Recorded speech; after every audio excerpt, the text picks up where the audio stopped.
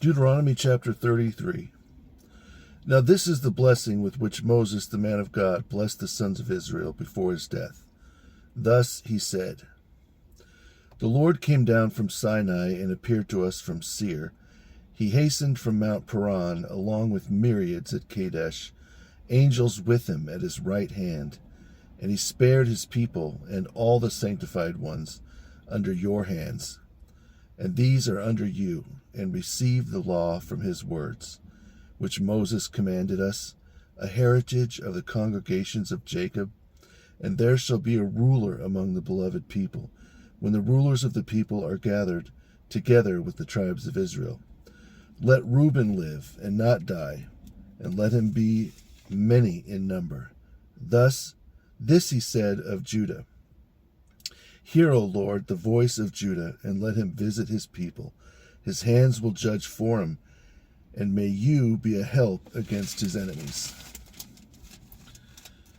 To Levi he said, Give to Levi, to the holy man, his Urim and Thummim, him whom they tested with testing, whom they reviled at the water of contention, who says to his father and mother, I have not seen you, nor did he know his brothers or his own children.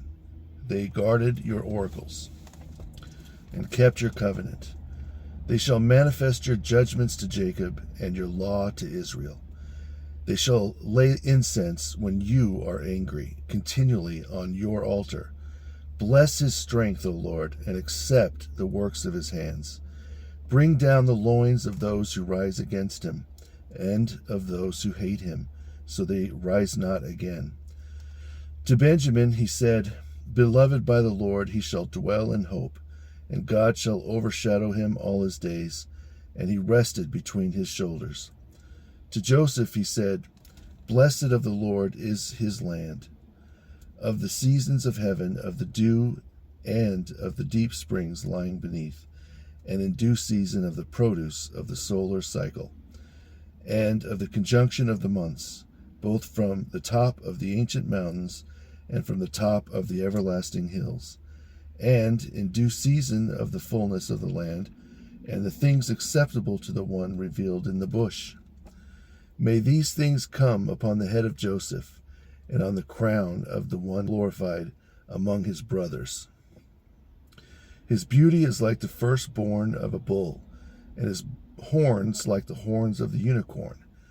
With them he will gore nations together, even to the ends of the earth. They are the 10,000s of Ephraim, and they are the thousands of Manasseh. To Zebulun he said, Rejoice, Zebulun, in your going out, and Issachar in his tents. They shall annihilate nations, and there you will call upon the Lord, and sacrifice a sacrifice of righteousness. For the wealth of the sea shall suckle you, and the trade of those dwelling by the sea. To Gad he said, Blessed is he who enlarges Gad. He rested as a lion, and crushed the arm and the head. He saw his first fruit, because the land of the rulers was apportioned there. When the rulers were gathered together with the rulers of the people, the Lord administered righteousness. The Lord administered righteousness and his judgments with Israel. To Dan he said, Dan is a lion's cub, and he shall leap from Bashan.